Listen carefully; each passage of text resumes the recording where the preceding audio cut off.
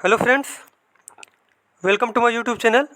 आज हम लोग यूपी ट्रिपल एस पेट का 24/8/2021 का थर्ड शिफ्ट का पेपर सॉल्व करेंगे। और यूपी ट्रिपल एस द्वारा जितने भी पेपर हुए हैं पेट के, एक एक करके हम लोग सभी पेपर सॉल्व करेंगे, जिससे आप लोगों को पढ़ने में भी आसानी होगी और ये भी समझ में आएगा कि किस प्रकार क्वेश्चन पूछे जा रहे हैं पेट में। और अगर वीडियो आप लोगों को अच्छा लगे तो चैनल को सब्सक्राइब करें, वीडियो को लाइक करें, कमेंट करें। चलिए देखते हैं हम लोग यहाँ पे पहला क्वेश्चन हमारा है। पहला क्वेश्चन यहाँ पे है, भारत में शासन करने वाले दिए गए शासकों का कालक्रमानुसार सही क्रम क्या है। तो इसमें से जो आंसर हो जाएगा वो हो जाएगा बी नंबर। यहाँ पे 4-3 फर्स्ट, उसके बाद सेकंड। सबसे पहले किसने शासन किया? इल्तुमिश ने, उसके बाद अलाउद्दीन खिलजी ने, फिर शेर शाह सूरी ने और उसके बाद अकबर ने। देखो यहाँ पे इसकी जो व्याख्या की गई है, इल्तुमिश किस वंश का शासक था? वो था इलबरी वंश या फिर मलूक वंश का। अलाउद्दीन खिलजी था खिलजी वंश का शासक।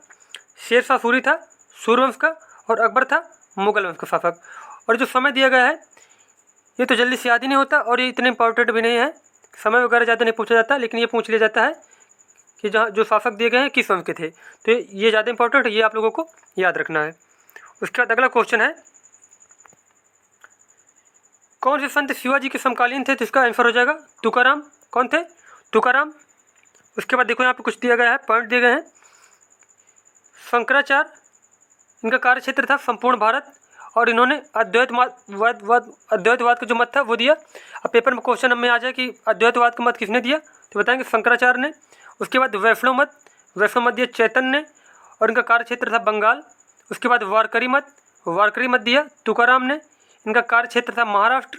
और निर्गुण मत दिया नामदेव ने, इनका कार्य क्षेत्र था महाराष्ट्र। उसके बाद अगला क्वेश्चन है कि बंगाल के प्रथम गवर्नर जनरल कौन थे? बंगाल के प्रथम गवर्नर जनरल थे लॉर्ड वारेन हेस्टिंग्स। कौन थे? Lord Warren Hastings. अब देखो यहाँ पे कुछ पॉइंट दिए गए हैं। गवर्नर जनरल इधर दिया गया है, इधर समय काल दिया गया है और इधर प्रमुख कार्य। जैसे लॉर्ड वारेन हेस्टिंग्स जो थे, इनके समय जो प्रमुख कार्य क्या हुआ? कलकत्ता में एक मदरसा की स्थापना हुई। क्या हुआ? कलकत्ता में एक मदरसा की स्थापना हुई। किसके शासनकाल में? लॉर्ड वारेन हेस्टिंग्स के काल में। अब पेपर में ऐसे क्वेश्चन पूछा जाता है कि कलकत्ता में एक मदरसा की स्थापना किस वायसराय के शासनकाल में हुई थी? तो क्या बताएंगे? सॉरी, किस गवर्नर जनरल के शासनकाल में हुई थी? तो क्या बताएंगे हम लोग? Lord Warren Hastings. उसके बाद अगर पूछ लिया जाए कि वार्नकुलर प्रेफेक्ट किसने लागू किया, तो क्या बताएंगे? लॉर्ड लिट्टन ने। किसने? लॉर्ड लिट्टन ने। उसके बाद लॉर्ड रिपन ने क्या किया? लॉर्ड रिपन के जो काल का सबसे महत्वपूर्ण काम था वो था प्रथम नियमित जनगणना एवं प्रथम कारखाना अधिनियम की स्थापना 1821 में। अब देखो पेपर में जो क्वेश्चन मुझे पूछा गया है, बहुत बार पूछा गया है कि नियमित जनगणना कब से प्रारंभ हुई।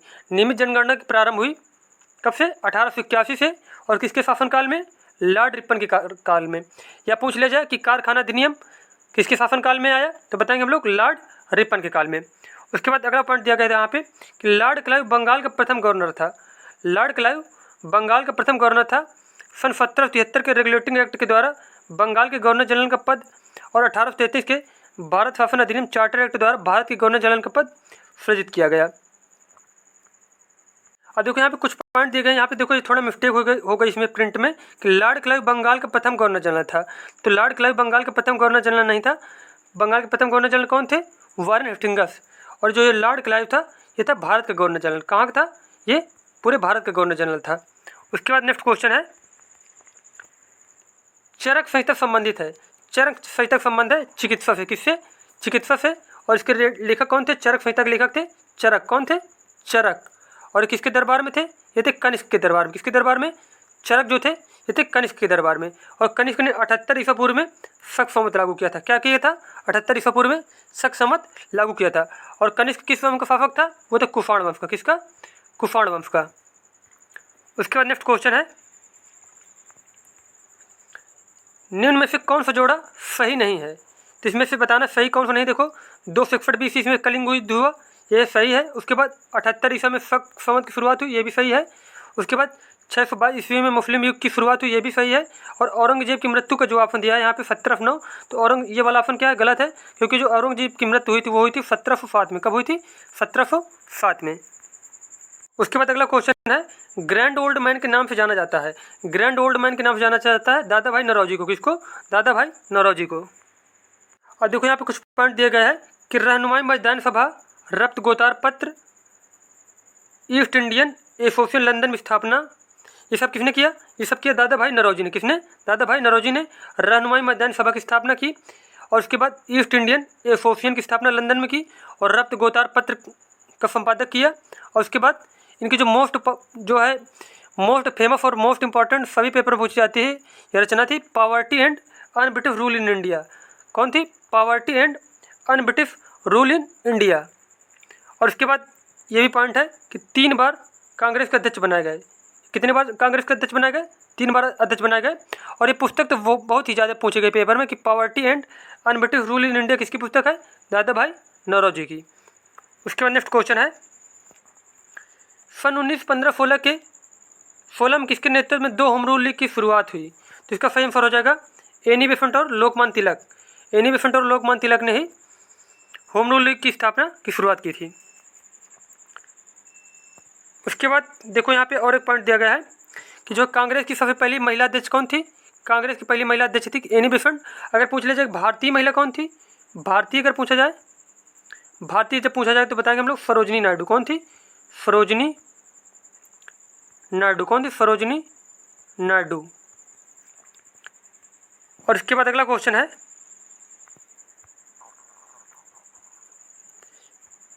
यहाँ आप देखो इसका मिलान करना है। यहाँ देखो ब्रह्म समाज, ब्रह्म समाज की स्थापना किसने की थी? ब्रह्म समाज की स्थापना की थी राजा राम मोहन राय ने। किसने? राजा राम मोहन राय ने। उसके बाद रामकृष्ण मिशन, रामकृष्ण मिशन की स्थापना की स्वामी विवेकानंद ने। किसने? स्वामी विवेकानंद ने। आर्य समाज स्वामी दयानंद सरस्वती ने। और सत्यशोधक समाज किसने की था? ज्योतिबा फूले ने। किसने? ज्योतिबा फूले ने। किसने किया? सत्यशोधक समाज की ज्योतिबा फूले ने। ब्रह्म समाज राजा राम मोहन राय, रामकृष्ण मिशन स्वामी विवेकानंद, आर्य समाज स्वामी दयानंद सरस्वती और सत्यशोधक समाज ज्योतिबा फूले ने। उसके बाद अगला क्वेश्चन है, करो या मरो का नारा किसने दिया? ये दिया था महात्मा गांधी ने। किसने? महात्मा गांधी ने। और किस आंदोलन के दौरान? भारत छोड़ो आंदोलन के दौरान। किसके दौरान? भारत छोड़ो आंदोलन के दौरान इन्होंने करो या मरो का नारा दिया था। और भारत छोड़ो आंदोलन की शुरुआत कब हुई थी? 8 अगस्त 1942 को। कब हुई थी? 8 अगस्त 1942 को। और कहाँ से शुरुआत हुई थी? मुंबई से। कहाँ से? मुंबई से। और उसके बाद एक पॉइंट और है, मोस्ट इंपॉर्टेंट पॉइंट है कि भारत छोड़ो का नारा यूसुफ मेहर अली ने लिखा था। किसने लिखा था? भारत छोड़ो का नारा लिखा किसने था? लिखा था इसको यूसुफ मेहर अली ने। और इस आंदोलन को किसने चलाया? महात्मा गांधी ने। उसके बाद दिल्ली चलो का नारा किसने दिया था? सुभाष चंद्र बोस ने। उसके बाद नेक्स्ट क्वेश्चन है, जब सुभाष चंद्र बोस ने भारतीय राष्ट्रीय कांग्रेस के अध्यक्ष पद से इस्तीफा दिया तो इस पद का प्रस्ताव किसे दिया गया था? उसके बाद इस पद का प्रस्ताव दिया गया था डॉक्टर राजेंद्र प्रसाद को। किसको? डॉक्टर राजेंद्र प्रसाद को। और उसके बाद देखो यहाँ पे कुछ पॉइंट और दिए गए हैं कि बोस के पद त्याग के बाद डॉक्टर राजेंद्र प्रसाद कांग्रेस कार्यकारिणी के अध्यक्ष बनाए गए। इस घटना को त्रिपुरी संकट के नाम से जानते हैं। किस नाम से? इस घटना को त्रिपुरी संकट के नाम से जानते हैं। जब सन 1939 में कांग्रेस अध्यक्ष पद के चयन हेतु मतभेद उत्पन्न हो गया, क्योंकि गांधी जो थे वो चाहते थे कि पट्टाभी सीतारामैया को अध्यक्ष बनाया जाए, लेकिन चुनाव जीत गए थे कौन? सुभाष चंद्र बोस ने। लेकिन गांधी जी की नाराजगी की वजह से सुभाष चंद्र बोस ने क्या किया था? अपना त्यागपत्र दे दिया था और उसके बाद अध्यक्ष बनाया गया था डॉक्टर राजेंद्र प्रसाद को। और इसी घटना को त्रिपुरी संकट के नाम से जाना जाता है। उसके बाद नेक्स्ट क्वेश्चन है, सलाल पनबिजली परियोजना किस नदी पर स्थित है? सलाल पनबिजली परियोजना की स्थापना हुई किस पे स्थित है? वो है चिनाब पे। किसमें? चिनाब नदी में। उसके बाद यहाँ पे देखो कुछ परियोजना दी गई हैं और संबंधित नदी दी गई है। ये व्यास परियोजना कहाँ पे है? व्यास नदी में है। रंजीत सागर बांध रावी नदी में है। उसके बाद सलाल बिजली परियोजना चिनाब नदी में है। तुलबुल परियोजना झेलम नदी में है। दुलहस्ती परियोजना चिनाब नदी में है। और बागलिहार परियोजना ये भी कहाँ है? ये भी चिनाब नदी में है। उसके बाद नेक्स्ट क्वेश्चन है, वसंत विश्व होता है।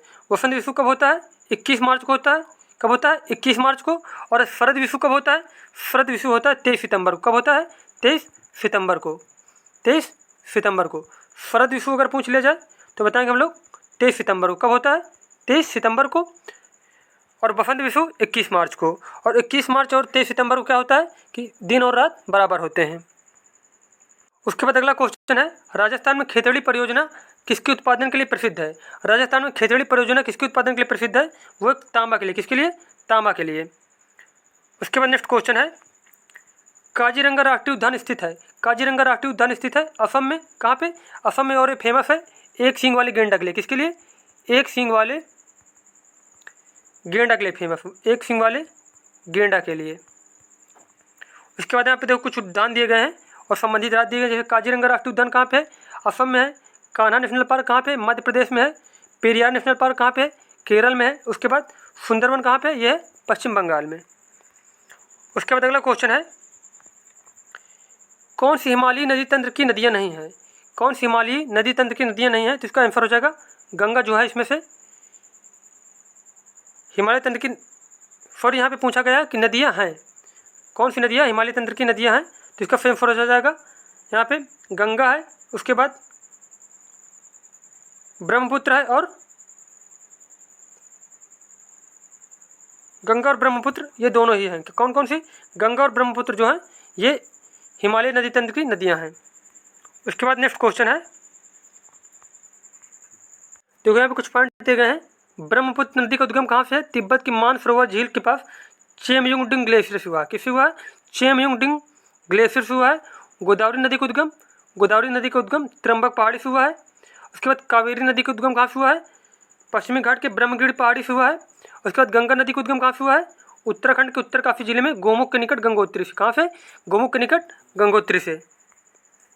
उसके बाद अगला क्वेश्चन है, बैंक दर का अर्थ है। बैंक दर का अर्थ क्या होता है? बैंक दर का मतलब होता है देश की केंद्रीय बैंक द्वारा ली जाने वाली आधिकारिक ब्याज दर। क्या होता है? देश के केंद्रीय बैंक द्वारा ली जाने वाली आधिकारिक ब्याज दर को ही बैंक दर कहा जाता है। देश के केंद्रीय बैंक द्वारा ली जाने वाली आधिकारिक ब्याज दर को ही क्या कहा जाता है? ब्याज दर कहा जाता है। सॉरी यहाँ पे हमने बोल दिया ब्याज दर नहीं, मतलब उसे क्या कहा जाता है? उसे बैंक दर कहा जाता है। क्या कहा जाता है? बैंक दर कहा जाता है। अगला क्वेश्चन है, यदि आरबीआई नकद कोष अनुपात को घटा दे तो साख सृजन पर क्या असर होगा? साख सृजन पर क्या असर होगा? तो साख सृजन बढ़ जाएगी। क्या होगा? बढ़ जाएगी। नेक्स्ट क्वेश्चन है, किस प्रकार की अर्थव्यवस्था में संसाधनों पर निजी अधिकार होते हैं और आर्थिक गतिविधियों का मुख्य उद्देश्य लाभ अर्जित करना होता है? इसका सही आंसर हो जाएगा किस अर्थव्यवस्था में? पूंजीवादी अर्थव्यवस्था में। किसमें? पूंजीवादी अर्थव्यवस्था में। उसके बाद अगला क्वेश्चन है, 100 रुपये का नोट किसके द्वारा हस्ताक्षरित होता है? 100 रुपये का नोट किसके द्वारा होता है? तो आंसर हो जाएगा आरबीआई गवर्नर के द्वारा। किसके द्वारा? आरबीआई गवर्नर के द्वारा। 1 रुपये के नोट के अलावा जो सभी नोट होते हैं वो किसके द्वारा हस्ताक्षरित होते हैं? वो होते हैं आरबीआई गवर्नर के द्वारा। जबकि 1 रुपये का जो नोट होता है उसमें किसका हस्ताक्षर होता है? वित्त सचिव का। किसका? वित्त सचिव का। उसके बाद अगला क्वेश्चन है, फेमा का पूर्ण रूप क्या है? फेमा का पूर्ण रूप होता है फॉरेन एक्सचेंज मैनेजमेंट एक्ट। क्या होता है? Foreign exchange management act. उसके बाद नेक्स्ट क्वेश्चन है, भारत के संविधान में जन स्वास्थ्य एवं स्वच्छता किसमें शामिल है? जन स्वास्थ्य एवं स्वच्छता शामिल है राज्य सूची में। किसमें? राज्य सूची में। उसके बाद नेक्स्ट क्वेश्चन है, भारत में पंचायती राज व्यवस्था इसके अंतर्गत रखी गई है। भारत में पंचायती राज व्यवस्था जो रखी गई है वो रखी गई है राज्य के नीति निर्देशक तत्व के अंतर्गत। किसमें? राज्य के नीति निर्देशक तत्व में। और उसके बाद देखो यहाँ पे कुछ पॉइंट दिए गए हैं कि भाग 4 राज्य के नीति निर्देशक तत्वों में। अब देखो यहाँ पे जो मोस्ट इंपॉर्टेंट पॉइंट दिए गए हैं, पेपर में जो क्वेश्चन पूछा जाता है, पेपर में यही क्वेश्चन सीधा पूछा जाता है कि जो है राज्य के नीति निर्देशक तत्व हैं वो कौन से भाग में हैं? किसमें है? भाग 4 में। किसमें? राज्य के नीति निर्देशक तत्व जो है वो किसमें है? भाग 4 में है। और ये कहाँ पे लिए गए हैं ये पूछा जाता है तो बताएंगे हम लोग आयरलैंड से। कहाँ से? आयरलैंड से लिए गए। कहाँ पे? आयरलैंड से। उसके बाद पंचायती राज व्यवस्था कौन से आर्टिकल में बताया गया पंचायती राज के बारे में? तो है अनुच्छेद 40 में। किसमें? अनुच्छेद 40 में। और मूल अधिकार के बारे में किसमें बताया गया है? अनुच्छेद 12 लगाकर 35 में बताया गया है मूल अधिकार के बारे में। और उसके बाद जो राज्य के नीति निर्देशक तत्व है वो उन्हें बताया गया अनुच्छेद 36 लगाकर अनुच्छेद 51 तक। और मूल कर्तव्यों के बारे में बताया गया है किसमें? अनुच्छेद 51 के काम में। अनुच्छेद 51 के काम में। और भाग किसमें? भाग 4 खंड के काम में। किसमें? भाग 4 का जो खंड का है, भाग 4 का खंड का में मूल कर्तव्य के बारे में बताया गया है। और आर्टिकल कौन सा है? आर्टिकल है 51 का। उसका नेक्स्ट क्वेश्चन है,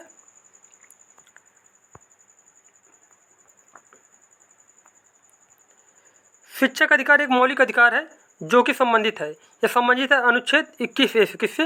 अनुच्छेद 21A से। मोस्ट इंपॉर्टेंट पॉइंट यहाँ पे दिया गया है कि 86 संविधान संशोधन अधिनियम 2002 के माध्यम से जोड़ा गया। जो शिक्षा का अधिकार एक मौलिक अधिकार है, किसके द्वारा जोड़ा गया? 86 संविधान संशोधन अधिनियम 2002 के माध्यम से जोड़ा गया। अनुच्छेद 19 में वाक एवं अभिव्यक्ति की स्वतंत्रता का अधिकार तथा अनुच्छेद 29 में संस्कृति और शिक्षा संबंधी अधिकार है। अब देखो पेपर में पूछ लिया जाए कि वाक एवं अव्यक्तिक स्वतंत्रता, या फिर पेपर में सीधे पूछता कि अव्यक्तिक स्वतंत्रता कौन से आर्टिकल में दिया गया है, तो है अनुच्छेद 19 में। और उसके बाद अगर पूछ लिया जाए कि संस्कृति और शिक्षा संबंधी अधिकार कौन से आर्टिकल में है, तो है अनुच्छेद 29 में। किसमें? अनुच्छेद 29 में। और शिक्षा का अधिकार एक मौलिक अधिकार है, ये किस आर्टिकल के अंतर्गत है, तो है अनुच्छेद 21 का ए में। और कब लागू किया गया? 2002 में। और कौन से संविधान संशोधन के द्वारा? तो 86 संविधान संशोधन के द्वारा। उसके बाद अगला क्वेश्चन है, किसने संविधान सभा में उद्देश्य प्रस्ताव रखा? किसने संविधान सभा में उद्देश्य प्रस्ताव रखा? तो इसका आंसर हो जाएगा जवाहरलाल नेहरू ने। किसने? जवाहरलाल नेहरू ने। उसके बाद अगला क्वेश्चन है, भारतीय संविधान के किस अनुच्छेद में अल्पसंख्यकों के हित निहित है? अल्पसंख्यकों के हितों की जो रक्षा के बारे में बताया गया है वो अनुच्छेद 29 में। किसमें? अनुच्छेद 29 में। अब देखो यहाँ पे कुछ आर्टिकल दिए गए हैं कि अनुच्छेद 21 में क्या है, प्राण एवं दैहिक स्वतंत्रता के बारे में बताया गया है। उसके बाद अनुच्छेद 24 में 14 वर्ष से कम आयु के बालकों को कारखानों, खदानों, नियोजनों पर प्रतिबंध है। उसके बाद अनुच्छेद 29 में भारत के क्षेत्र में रहने वाले किसी भी अल्पसंख्यक वर्ग द्वारा अपनी भाषा, लिपि एवं संस्कृति का संरक्षण के बारे में बताया गया है। उसके बाद अगला क्वेश्चन हमारा है,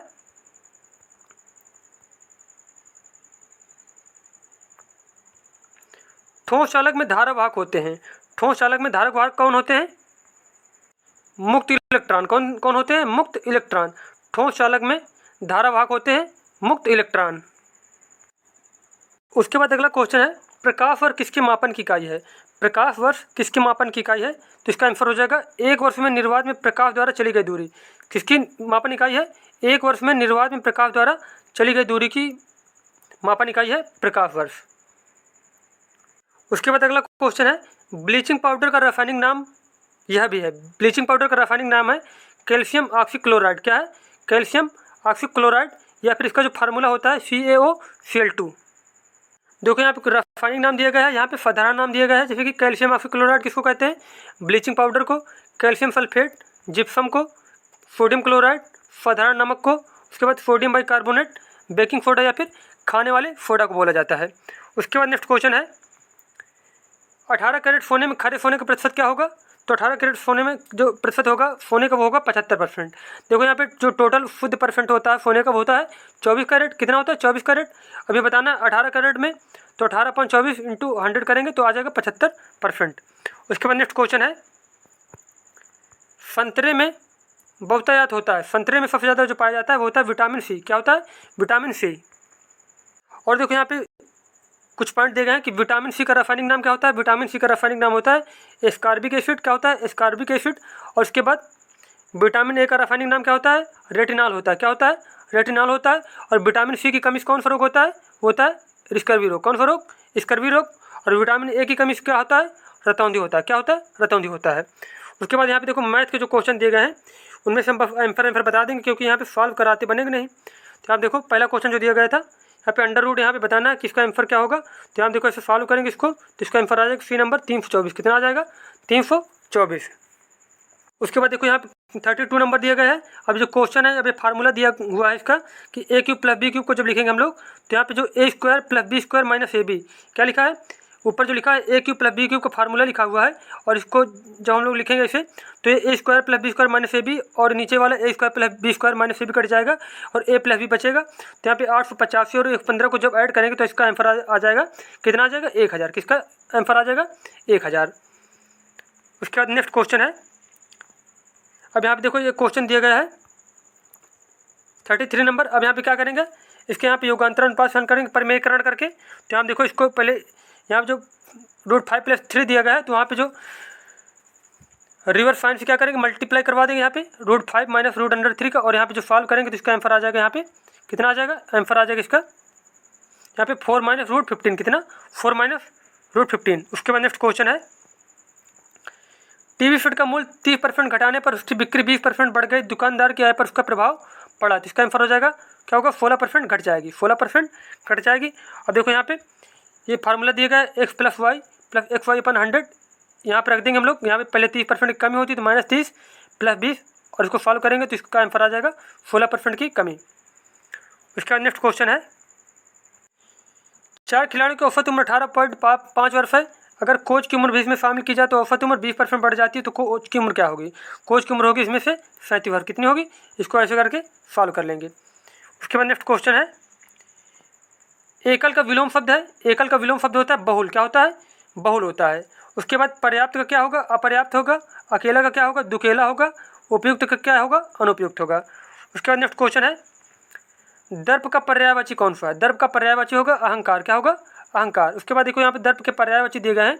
दर्प को बोला जाता है अहंकार, दम्भ, घमंड, मान, अभिमान, गर्व, ये सब क्या है, दर्प के पर्यायवाची हैं।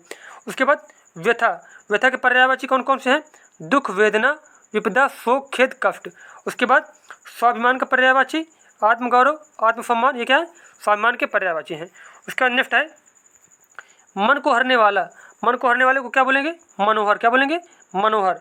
उसके बाद मर्म तक पहुँच पर उस पर अनिष्ट प्रभाव डालने वाला उसे बोलेंगे मर्मांतक। उसके बाद जो मद में उन्मत्त हो उसे बोलेंगे मदमस्त, क्या बोलेंगे, मदमस्त।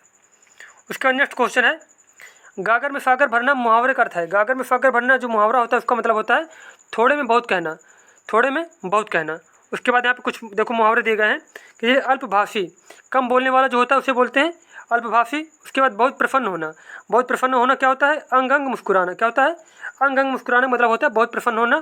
उसके बाद लोहा मानना, लोहा मानना का मतलब क्या होता है, हार मानना, क्या होता है, हार मानना। उसके बाद यहाँ पे देखो 40 नंबर दिया गया, शुद्ध वर्तनी का चयन कीजिए। तो यहाँ पे जो शुद्ध वर्तनी है वो है महत्वाकांक्षा, क्या है, महत्वाकांक्षा। उसके बाद देखो यहाँ पे जो पैसेज दिया गया है, ये पैसेज हम लोग नहीं सॉल्व करेंगे क्योंकि यहाँ पे पैसेज जब पढ़ेंगे तब उसका आंसर आएगा। क्या होगा, जब पैसेज पढ़ेंगे तभी उसका आंसर हम लोग निकाल पाएंगे।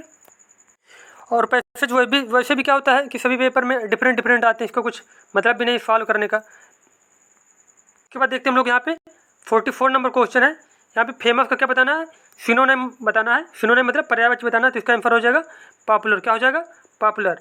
उसके बाद यहाँ पे देखो लिखा ऑफल, ऑफल का मतलब क्या होता है, वेरी बैड या फिर अनप्लीजेंट, क्या होता है, ऑफल का मतलब होता है वेरी बैड या फिर अनप्लीजेंट। और यहाँ पे स्टडी, स्टडी मतलब क्या होता है, डेवलपिंग, ग्रोविंग या फिर हैपनिंग ग्रेजुअली, मतलब धीरे धीरे क्या है उसमें से जो मतलब और थोड़ा अच्छा करते जाना, क्या है, धीरे धीरे अच्छा करते जाना। उसके बाद नेक्स्ट क्वेश्चन दिया गया है, गिव एंटोनिम ट्रांसपेरेंट, ट्रांसपेरेंट मतलब क्या होता है, पारदर्शी। तो इसका आंसर हो जाएगा ओपेक्यू, क्या हो जाएगा, ओपेक्यू मतलब होता है अपारदर्शी, क्या होता है, अपारदर्शी। यहाँ पे देखो दिया गया लिम्पिड, लिम्पिड का मतलब क्या होता है, लिम्पिड का मतलब भी होता है क्लियर, क्या होता है, क्लियर मतलब स्पष्ट। उसके बाद यहाँ पे देखो नेक्स्ट क्वेश्चन है, दिए गए विकल्पों में संबंधित शब्द का चयन कीजिए। यहाँ देखो पक्षी विज्ञान संबंध पक्षी से है, तो नरवैज्ञानिक संबंध होगा मानव से, किससे, मानव से। उसका नेक्स्ट क्वेश्चन है, उस शब्द का चयन कीजिए जो समूह के बाकी शब्दों से मेल नहीं खाता। इसका आंसर हो जाएगा तेल जो है सबसे भिन्न है, जबकि दही, मक्खन, पनीर ये क्या है, सारी चीज़ें जो है ये दूध से प्राप्त होती हैं। उसके बाद नेक्स्ट क्वेश्चन है 48 नंबर, यहाँ देखो प्रोडक्शंस को क्यों क्यों PCVE UHPMT लिखा जाता है, इसी कूट में ओरिएंटेशन किस प्रकार लिखा जाएगा। तो इसका आंसर हो जाएगा PQZDO VBS ZNO। अब देखो यहाँ पे क्या हो रहा है कि सब में यहाँ पे देखो पहले +1 हो रहा है, उसके बाद -1, फिर +1, फिर -1, फिर +1, +2, फिर उसके बाद +1, -1, +1, -1, +1। अब यहाँ पे वैसे ही देखो यहाँ पे 1 2 3 4 5 जो लेटर में क्या होगा, पहले +1 होगा, फिर -1, फिर +1, फिर -1, फिर +1, और यहाँ पे एक अक्षर में क्या होगा, +2 होगा, और फिर वही सीरीज चलेगी। तो इसका आंसर हो जाएगा यहाँ पे PQZDO VBS ZNO। उसके बाद नेक्स्ट क्वेश्चन है, रीता की ओर इशारा करते हुए निखिल ने कहा, मैं उनकी माँ के पुत्र का इकलौता पुत्र हूँ। रीता निखिल से किस प्रकार संबंधित है, तो रीता जो है निखिल से संबंधित है किस प्रकार, तो है बुआ, क्या है, बुआ। उसके बाद नेक्स्ट क्वेश्चन है, यदि किसी वर्ष में 25 अगस्त को गुरुवार है तो उसी महीने में सोमवार की संख्या क्या होगी, तो सोमवार की संख्या होगी 5, कितनी होगी, 5। उसके बाद अगला क्वेश्चन है, किस शहर में लाइट हाउस परियोजना का क्रियान्वयन नहीं हुआ है, किस शहर में लाइट हाउस परियोजना क्रियान्वयन नहीं हुआ है, तो हो जाएगा पटना, पटना में नहीं हुआ, जबकि अगरतला, चेन्नई और रांची में क्या हुआ है, लाइट हाउस परियोजना का क्रियान्वयन हुआ है।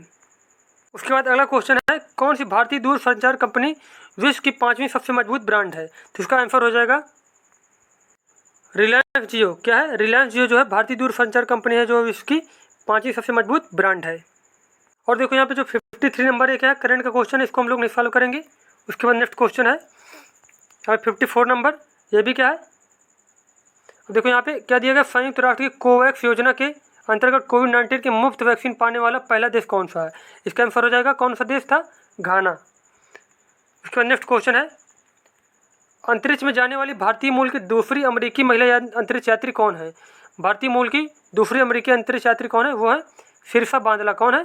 शिर्षा बांदला। और देखिए यहाँ पे कुछ पॉइंट दिए गए हैं कि शिर्षा बांदला अंतरिक्ष में जाने वाली भारतीय मूल की दूसरी अमेरिकी महिला अंतरिक्ष यात्री हैं। शिर्षा पेशे से एरोनॉटिकल इंजीनियर है। शिर्षा अंतरिक्ष में उड़ान भरने वाली भारत की तीसरी बेटी हैं। कल्पना चावला एवं सुनीता विलियम्स क्या है? पहली और दूसरी हैं। और शिर्षा अंतरिक्ष में जाने वाली कौन है? तीसरी भारतीय मूल की अमेरिकी क्या है? अंतरिक्ष यात्री हैं। उसके बाद नेक्स्ट क्वेश्चन है, देखो यहाँ पे करंट का क्वेश्चन, इसको छोड़ देते हैं। उस भारतीय पहलवान का नाम क्या है जिस पर हाल में डोपिंग, एक छोड़ो, इसको देखते हैं नेक्स्ट क्वेश्चन। देखो यहाँ पे ये भी 57 नंबर क्वेश्चन है करंट का, इसको भी छोड़ देते हैं। उसके बाद नेक्स्ट क्वेश्चन हमारा है, ये भी देखो करंट का क्वेश्चन है, इसे भी छोड़ देते हैं। देखते हैं नेक्स्ट क्वेश्चन। अगला क्वेश्चन है, देखो यहाँ पे भी क्या है? करंट का क्वेश्चन है। इसमें वीवो के ब्रांड एम्बेसडर पूछा गया है। तो वीवो के ब्रांड एम्बेसडर कौन है? विराट कोहली है। उसके बाद नेक्स्ट क्वेश्चन है, देखो ये भी क्या है? ये भी करंट का क्वेश्चन है। उसके बाद नेक्स्ट क्वेश्चन देखते हैं हम लोग। अगला क्वेश्चन है, कितने भारतीय राज्य नेपाल से सीमा साझा करते हैं? कितने भारतीय राज्य नेपाल से सीमा साझा करते हैं? इसका आंसर हो जाएगा 5 राज्य। कितने राज्य? 5 राज्य। कौन कौन से हैं? उत्तराखंड, उत्तर प्रदेश, बिहार, पश्चिम बंगाल, सिक्किम। ये क्या है? 5 राज्य जो हैं वो नेपाल के साथ सीमा साझा करते हैं। उसके बाद नेक्स्ट है, कोस्टारिका की राजधानी कौन सी है? कोस्टारिका की राजधानी है सान जोस। क्या है? सान जोस। और यहाँ पे देखो कुछ दिए गए हैं कंट्री, उनकी राजधानी है। चीन की राजधानी क्या है? बीजिंग होती है। कोस्टारिका क्या है? सान जोस है। भारत की नई दिल्ली। बांग्लादेश की क्या है? ढाका है। उसके बाद नेक्स्ट क्वेश्चन है, लक्षद्वीप की आधिकारिक भाषा कौन सी है? तो लक्षद्वीप की आधिकारिक भाषा जो है वो है मलयालम। कौन सी है? मलयालम। और लक्षद्वीप कहाँ पे स्थित है? लक्षद्वीप स्थित है अरब सागर में। कहाँ पे? और इसकी राजधानी है कावरत्ती। क्या है? राजधानी क्या है? कावरत्ती है। आधिकारिक भाषा है मलयालम। और भारतीय द्वीपीय क्या है? संघराज है। यह प्रवाल भित्तियों से निर्मित। किससे निर्मित है? प्रवाल भित्तियों से। और कहाँ पे स्थित है? अरब सागर में। राजधानी क्या है? कावरत्ती है। और भाषा क्या है? मलयालम। उसके बाद नेक्स्ट क्वेश्चन है, भारत के संविधान के अनुसार लोकसभा के सदस्यों की अधिकतम संख्या क्या है? तो अधिकतम संख्या जो है वो हो सकती है 552। कितनी? 552। और यहाँ पे जो 2 सदस्य हैं वो राष्ट्रपति के द्वारा मनोनीत किए जाते हैं। और किस अनुच्छेद के अंतर्गत? अनुच्छेद 331 के अंतर्गत। किसके अंतर्गत? अनुच्छेद 331 के अंतर्गत। उसके बाद नेक्स्ट क्वेश्चन है, हिंदी दिवस कब मनाया जाता है? हिंदी दिवस मनाया जाता है 14 सितंबर को। कब मनाया जाता है? 14 सितंबर को। और देखो यहाँ पे कुछ इंपॉर्टेंट डेट दिए गए हैं। 14 सितंबर को हिंदी दिवस मनाते हैं।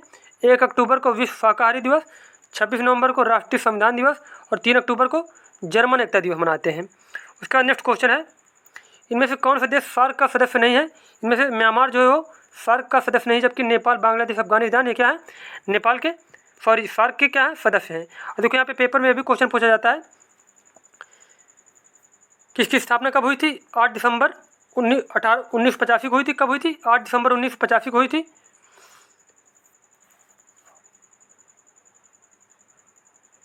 और इसका हेडक्वार्टर कहाँ पे है? इसका हेडक्वार्टर है काठमांडू, नेपाल में। कहाँ पे?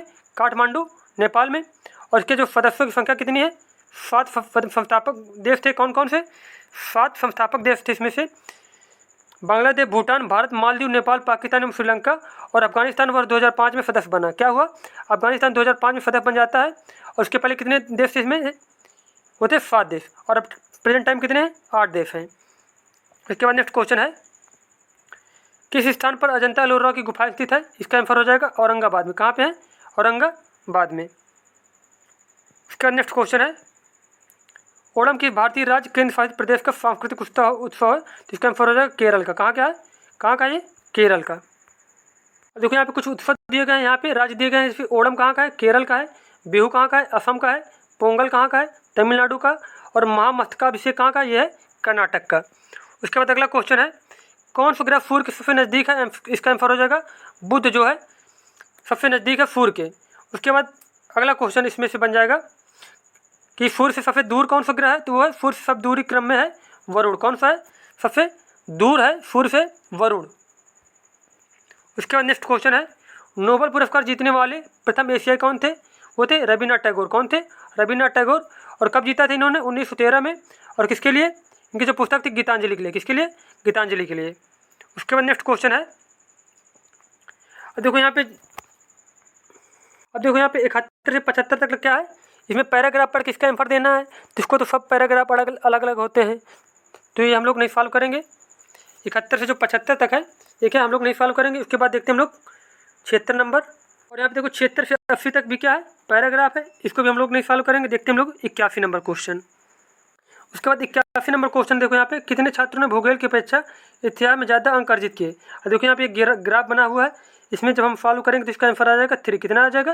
3। उसके बाद नेक्स्ट क्वेश्चन है, किन छात्रों को भूगोल की अपेक्षा इतिहास में कम अंक मिले, तो इसका आंसर हो जाएगा 1 2 3 और 6 को। किसको? 1 2 3 और 6 को। और देखो इसके आगे सारे जो है वो सारे मैथ के क्वेश्चन है, ग्राफ और तालिका वाले, वो हम लोग नहीं सॉल्व करेंगे क्योंकि इसमें बनेगा नहीं सॉल्व कराते हुए। और मिलते हैं हम लोग नेक्स्ट वीडियो में। धन्यवाद।